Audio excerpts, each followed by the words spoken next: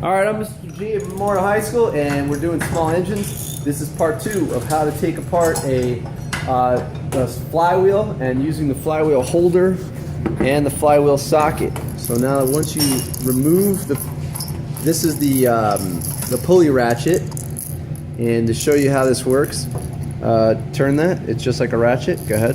And does it turn the other direction? No. Demonstrate that one more time.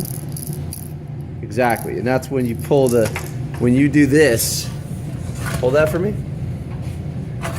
When you pull that's what's happening on the other side. See this right here? Okay, and that goes here, and then this goes in here. See? Good.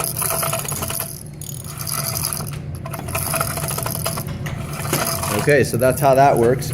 Now, this is what I was looking for, and I was right. My suspicion was right. Now, this is very important, okay?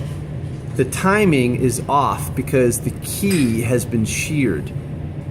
Now, the key, what it does is it lines up this particular spot on the crankshaft with this particular spot, on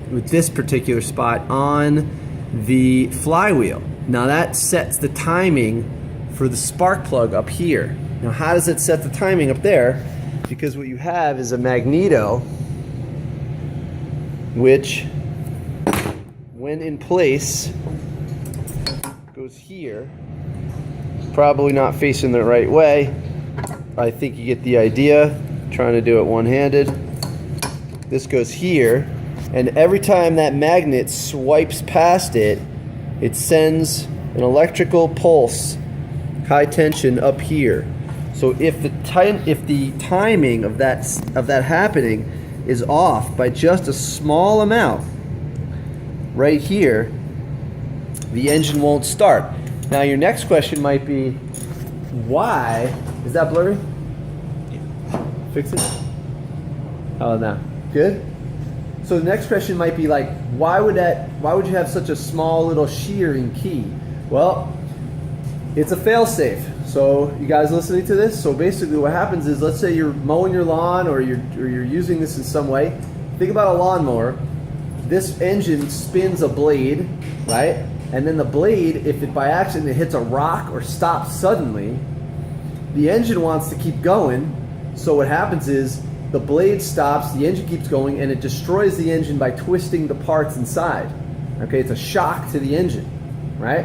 So the way they do this is they put a predictable weak link. So the key is made out of aluminum, crankshaft is made out of steel.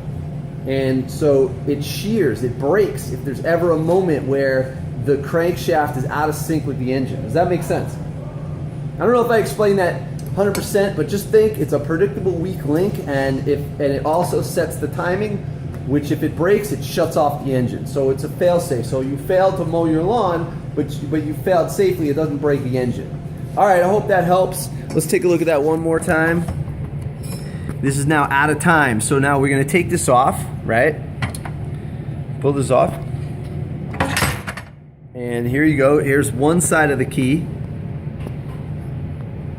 There's one side of the key, and the key, you're thinking like key to your door or something. You're like, oh, what's he talking about? Nope. This is called a key. And now it looks like it's sheared. And where's the other side? Is it in there? It fell. It fell? Grab the other side, put it in my hand. There's the two halves.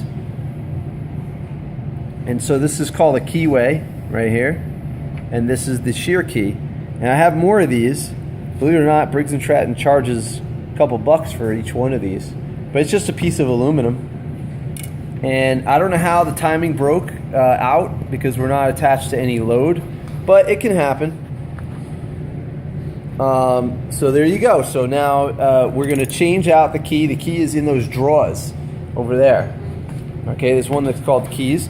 They're going to replace it. They're going to put this back. They're going to set the timing correctly by putting the key in there. Then they're going to put this on. Then they're going to try the engine again. All right, I'm Mr.G. That's all about removing a flywheel to see where for the shear key. All right, talk to you later.